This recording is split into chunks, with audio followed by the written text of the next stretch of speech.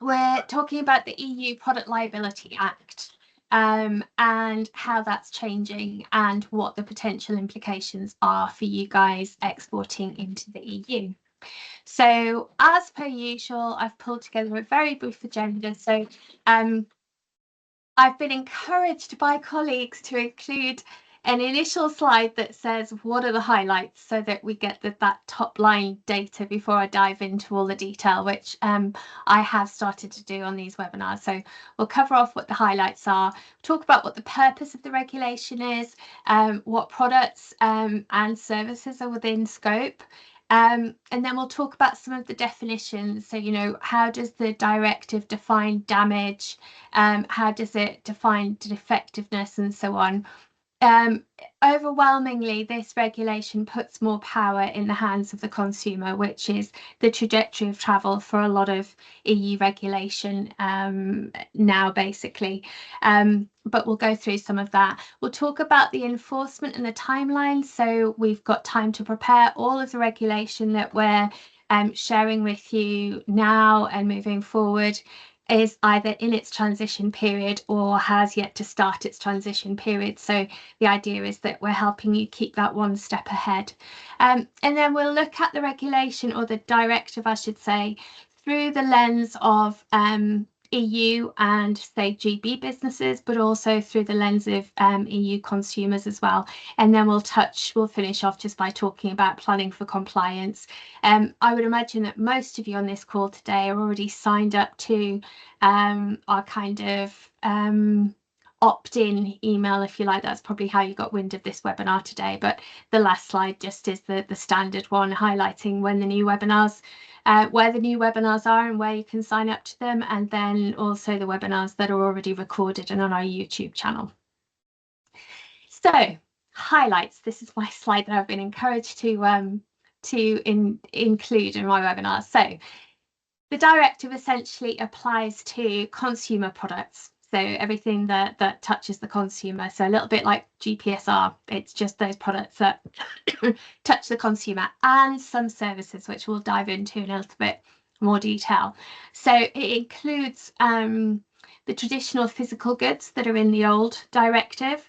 It also covers software, artificial intelligence, which there is actually a whole AI piece that I'm looking to pull together a webinar on as well, because AI is a big focus for the EU at the moment around regulation, but we'll dive into that on another day. Digital services that are linked to products. This is, again, very similar to somebody saying that they can't see the slides. Don't tell me that I haven't shared my slides, please. Let me just see. Do you know what? I haven't shared my slides. How bad is that? Thank you for the prompt. Hold on one sec. They should be coming up now. Hopefully they're there. There we go. Hopefully you can all see that. Do apologise. So directives highlights, back to that. So yes, digital services linked to products, services that are integral to a product's functionality, utilities, and also circular economy products. So similar to GPSR, this directive also covers those products that have been upcycled or refurbished and placed on the market afterwards. So it fits for the whole EU circular economy and so on. There are limited exemptions to this directive. It pretty much covers everything. It's very, very similar to GPSR, except food and feed falls within this directive, whereas it doesn't with GPSR. But the whole purpose of it is essentially to make sure that victims or those injured persons can claim compensation from manufacturers if they suffered damage caused by a defective product. The timeline for compliance is the end of next year. And I think in terms of implications for you as exporters to the EU, probably some of it is what you're already doing, but it's making sure that you've got that robust product safety in place, that you've got that transparency of supply chain, should it need to be interrogated, that you've got robust contracts with any distribution partners that you've got in the EU that are getting that consumer product to the consumers, a requirement for EU-based representation, which obviously those of you that are using us for your GPSR, you're kind of covered in that respect. But it's about making sure that you've done all of your risk mitigation and that you're well covered with product liability insurance as well. Certainly, Global Trade Department, when we're operating as an authorised rep for any company, that's one of the things that we insist upon, is that our clients have product liability insurance. So that's kind of like my highlight slide. In terms of what the purpose is for the legislation, so it repeals the original directive that was actually brought into being in 1985, I think. So it's almost 40 years old. And it establishes that kind of principle of strict liability for defective products across the whole of the EU. Now, the purpose of revamping it or introducing the new directive is, I've listed here, address issues with current directive. So it was identified that under the old directive, those injured persons could face difficulties obtaining compensation because there were restrictions on making compensation claims, and there were challenges around gathering evidence to prove liability.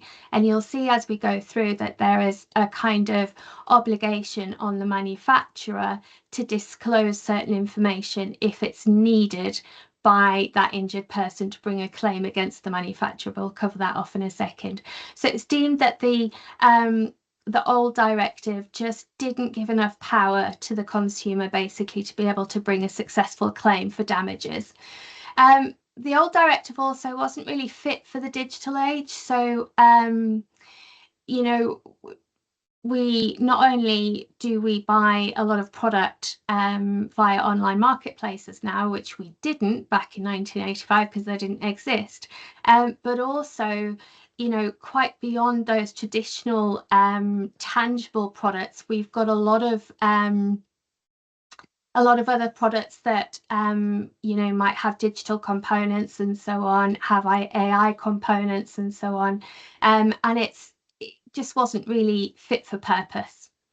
And then obviously we've got global value chains as well. So maybe back in 1985, it might have just been EU manufacturers that were selling to EU consumers. But the reality is, with global value chains, you've now got lots of different exporters around the world selling into the EU as well. So part of the requirement under this directive is to make sure that there's always an EU-based liable party from whom the victim or the injured person can claim compensation. So if that's basically in the case of you guys where a manufacturer isn't established in the EU.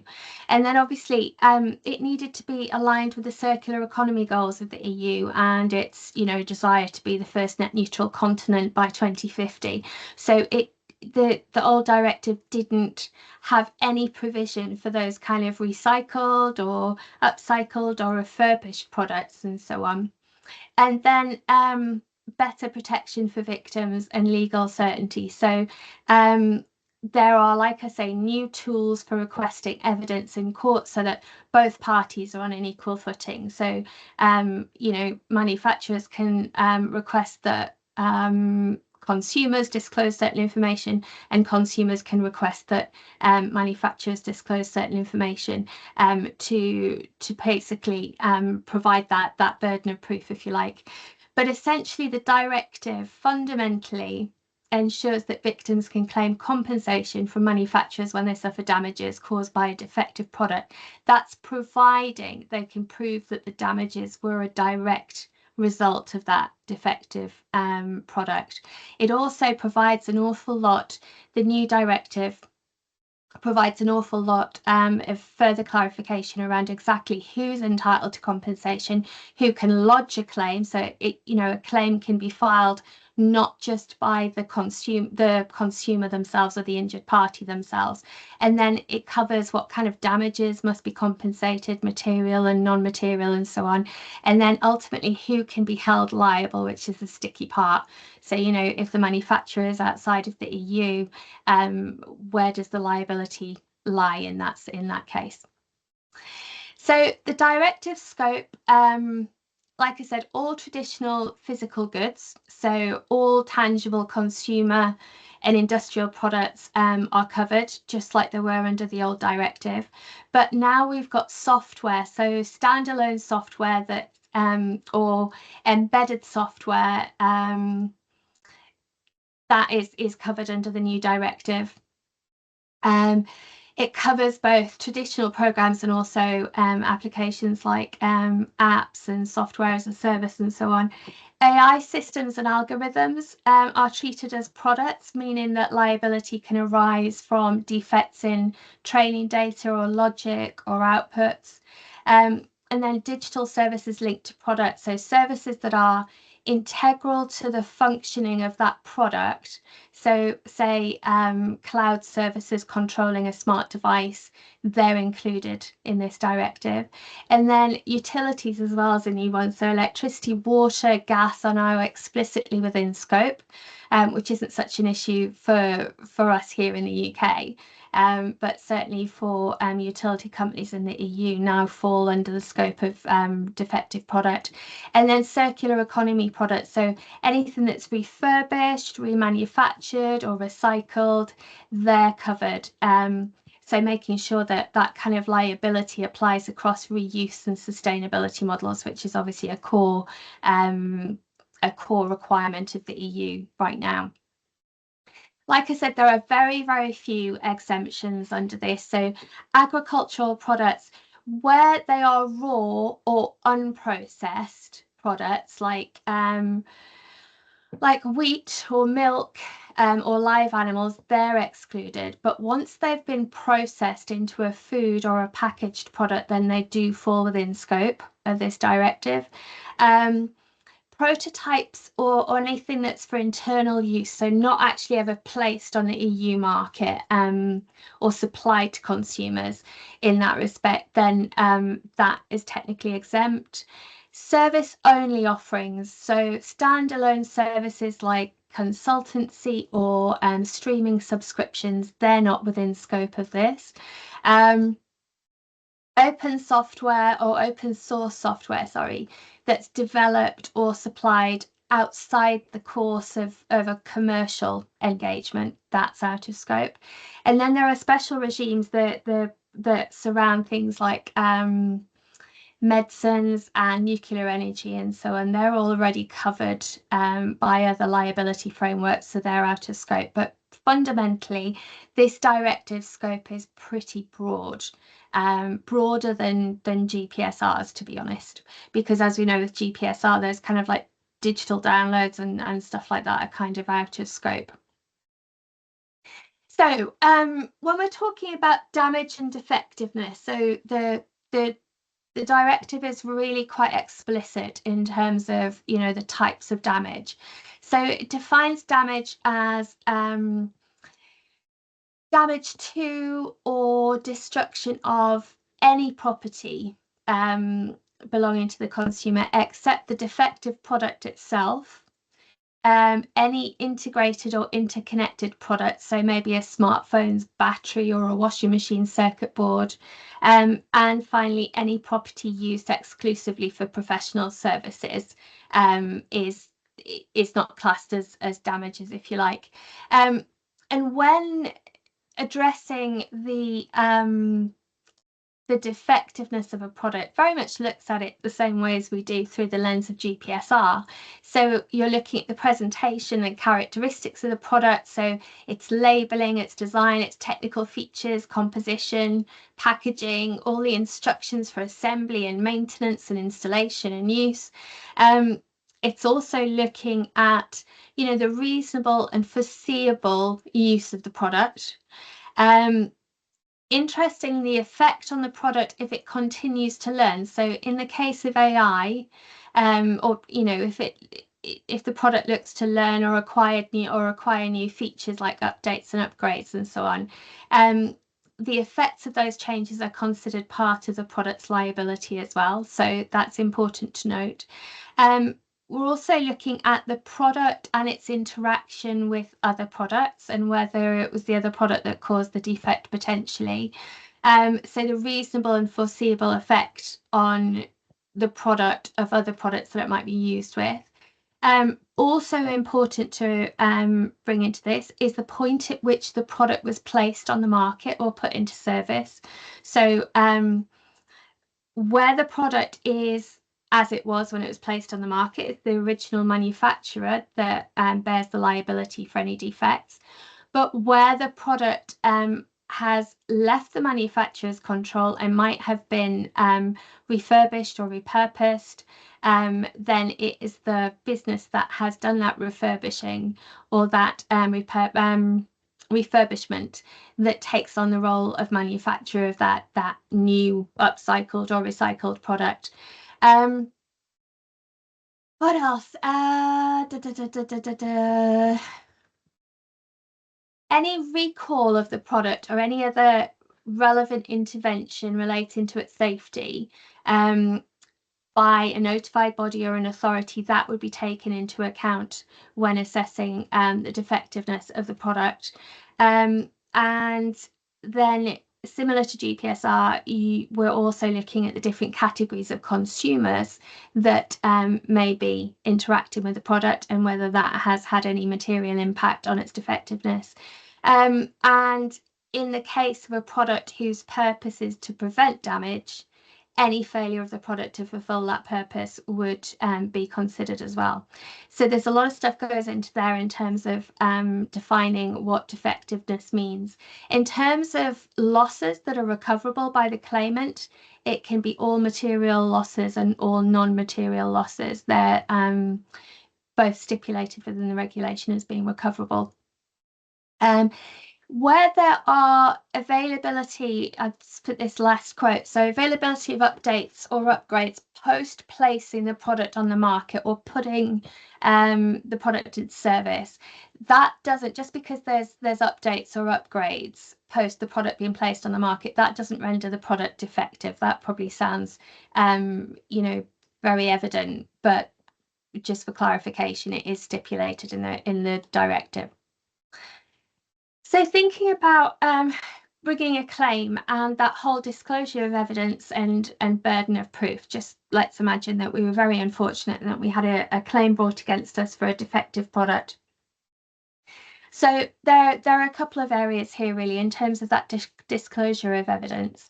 So if an injured person brings a claim and shows enough facts to make it plausible, then the defendant has to disclose relevant evidence that they hold. So if a consumer sues you over a defective medical device, for example, you as the manufacturer must disclose the testing records.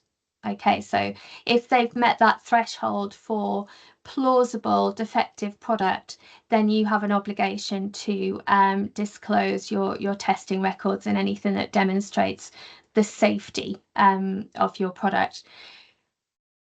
Conversely, the defendant's right to evidence. So if the defendant, say you, the manufacturer, shows that you need evidence to counter the claim, the claimant must disclose that relevant evidence that they hold. So if you, the manufacturer, ask the claimant to disclose medical records showing an alleged injury, they would have to do that, for example. There are limits on disclosure. So disclosure has to be necessary and it has to be proportionate. So, there can't be excessive demands or any kind of like fishing expeditions. And then in terms of balancing interests between the defendant and the claimant, courts have to weigh the interests of both parties and actually of third parties as well, especially when concerning confidential information and trade secrets and so on. On the subject of trade secrets, if a disclosure involves trade secrets, courts absolutely must take measures to preserve that confidentiality. So through redactions or restricted access and so on. Accessible presentation of evidence. So courts can require that evidence be presented in a clear, understandable format, which you would expect, provided it's proportionate for both the defendant and the claimant in terms of cost and time and effort. And this whole section within the regulation is Article 9, and it just stipulates that it doesn't overrule any national rules on pre-trial disclosure.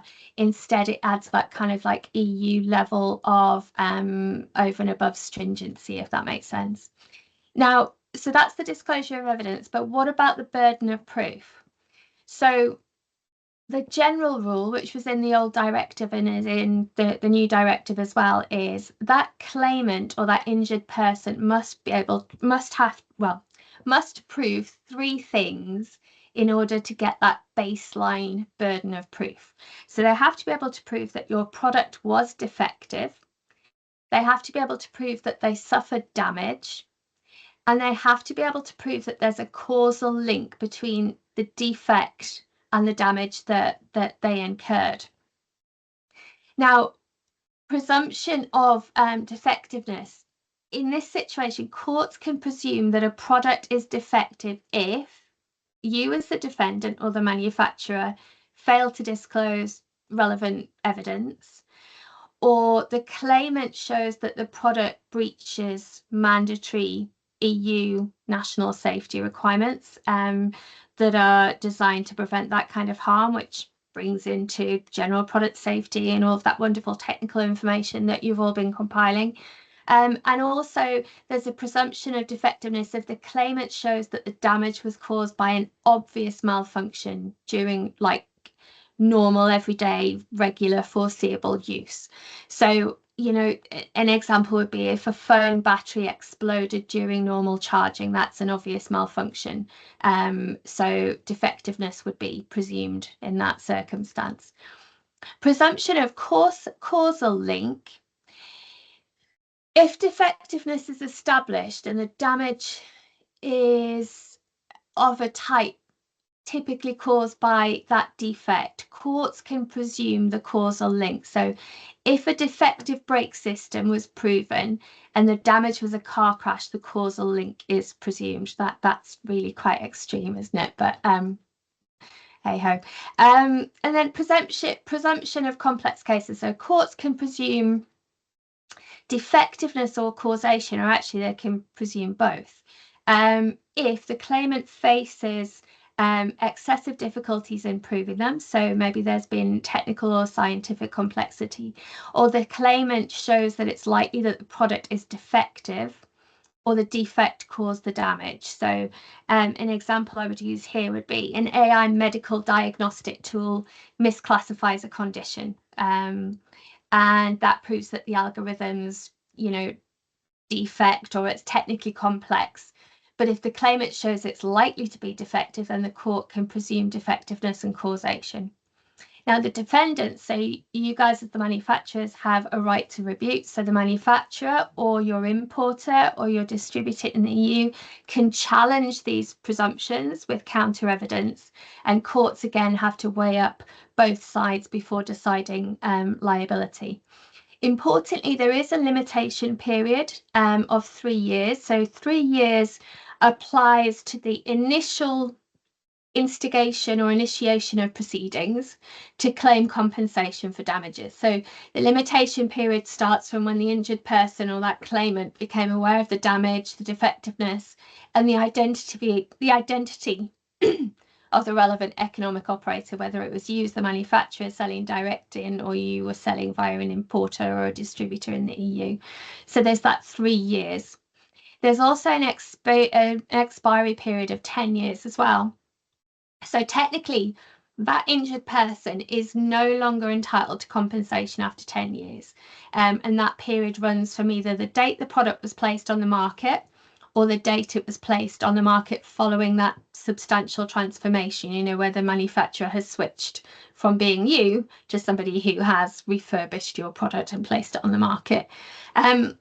There is reference to latent injury in the directive. So if the injury only becomes apparent after that 10-year period. So maybe there's a long-term health effect from a defective medical device or chemical exposure, then the injured person can still bring a claim. But even in the event of latent injury, there's a maximum limit of 25 years. So after 25 years, that injured person can no longer claim compensation under this directive. But essentially, overwhelmingly, the whole purpose of the directive, as is with lots of EU regulation now, is to empower the consumer. So it overwhelmingly lowers the burden of proof in difficult cases for claimants. So it makes it easier for them to succeed in claims.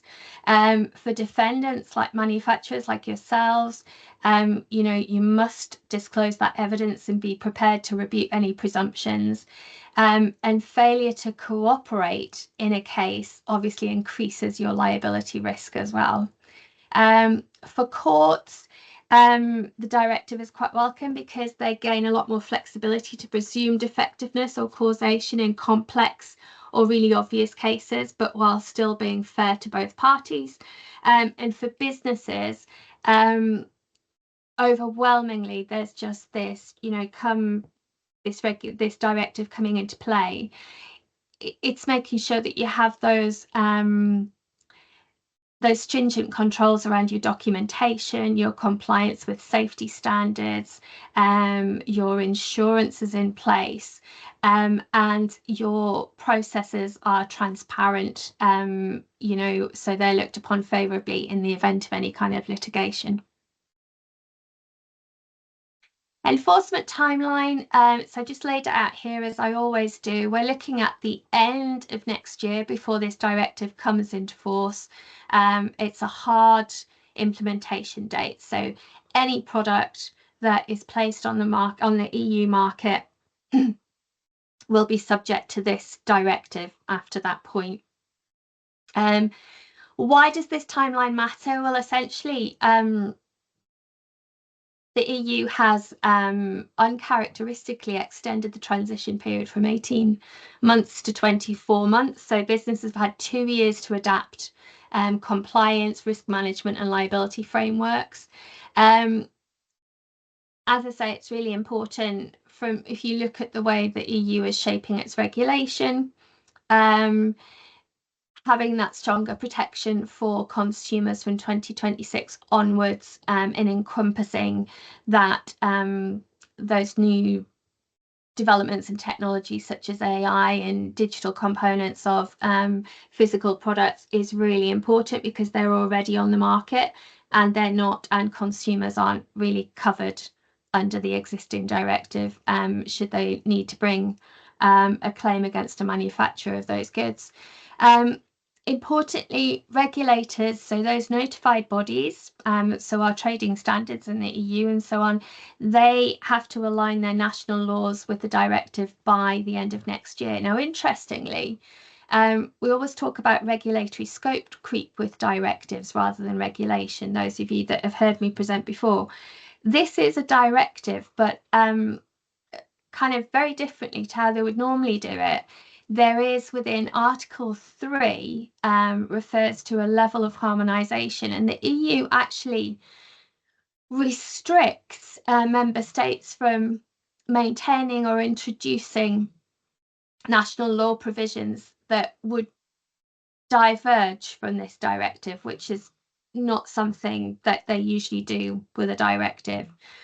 So member states can't actually impose more stringent or less stringent provisions that would detract from this directive. So in that respect, we shouldn't see that much scope. Sorry, my dog is dreaming and wagging his tail at the same time.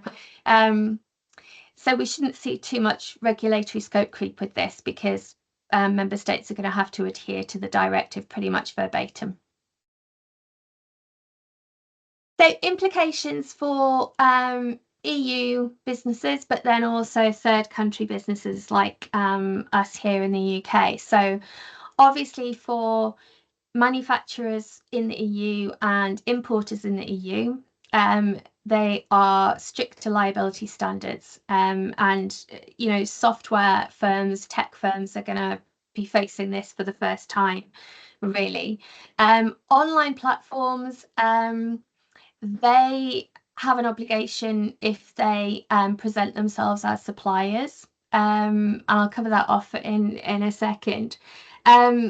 Supply chains, we need greater risk management and documentation and insurance, and the challenge that we face here with the UK is that there's increasingly more regulatory divergence between GB and the EU.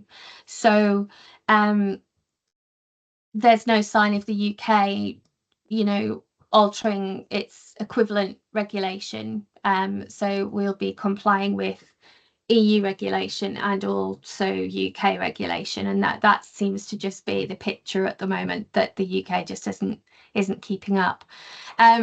If we delve into manufacturers' liabilities in a little bit more detail, so manufacturer can mean you, the manufacturer of the product, but it can also mean upstream manufacturers, so maybe manufacturers of components that you incorporate into your finished goods.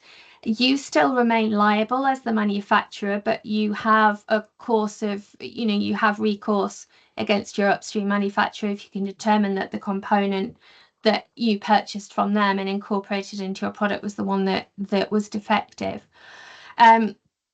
Where a manufacturer is established outside of the EU, there needs to be an EU-based liable person at all times. So that can be the importer of the defective product, it can be the authorised rep of the manufacturer, and where there's no importer established in the EU, or there isn't an authorised representative, then it can fall on the fulfilment service provider or even on a distributor. Article 12 in the regulation allows for liability of multiple economic operators. So it ensures that where there's two businesses involved in the defective product, they can be held liable jointly or severally. It provides for that. So say, the defective component, the component that you purchased from your upstream manufacturer was defective, but you still had liability for the finished product and its defectiveness, then that would be a situation where you've got kind of two economic operators that are kind of jointly liable in a sense. EU distributors are referenced in the regulation as being a kind of last resort liability rule. So it ensures that if there's no manufacturer, if there's no importer, if there's no authorised rep or no fulfilment service provider in the EU that can be identified, then distributors themselves can be held liable under certain conditions. Online platforms, they can be liable for defective product if they've presented products or transactions in a way that makes an average consumer believe that the platform itself is the seller, then that could deem the online platform as being responsible or to hold the liability. And then, as I mentioned before, any natural or legal persons, and when I talk about natural, I'm talking about individuals, and legal persons are companies, but any natural or legal person that substantially modifies that product outside of the original manufacturer's control and then makes it available on the market, then they assume the liability for that refurbished product.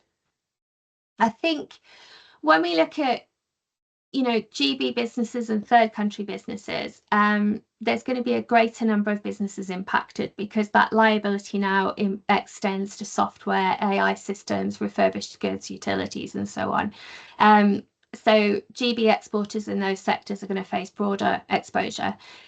Where a manufacturer sits outside of the EU, then obviously that liability can fall on the EU importer, authorised representative, or fulfilment service provider. That means that GB companies have to appoint or coordinate with an EU-based partner to manage that liability. I think we're going to expect more robust requirements for indemnities and insurance requirements and compliance checks in any kind of like cross-border contracts. So where you're using distributors or resellers to get your product into the EU, I think there's going to be more robust requirements around demonstrating that you have product liability insurance and that your product safety is top notch and so on. And as I said before, the UK framework, the fact that there's no sign of the UK moving beyond the Consumer Protection Act of 1987, because that was based on this old directive of 1985.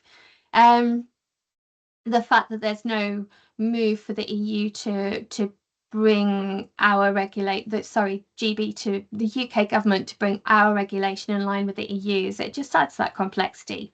And we're seeing that a lot across lots and lots of regulation at the moment. The fact that the EU is moving so much faster than the UK can keep up. So this directive obviously doesn't change GB law, because that's a separate regulatory regime. But it does reshape the playing field for us as GB businesses trading with the EU, because we're dealing with an expanded liability scope. There's ever increasing pressures to have that supply chain transparency.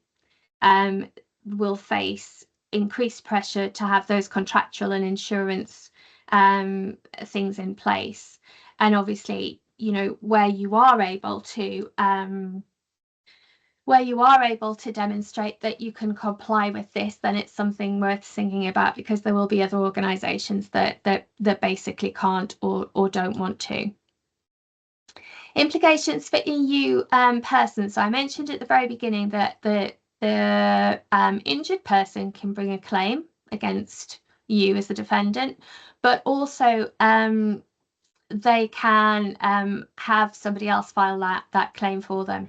So it can be a subrogated person, so that's someone who has legally taken over the rights of that injured person. So if a consumer was injured by a defective product and their insurance company paid their compensation, then the insurer can then sue the manufacturer under the directive.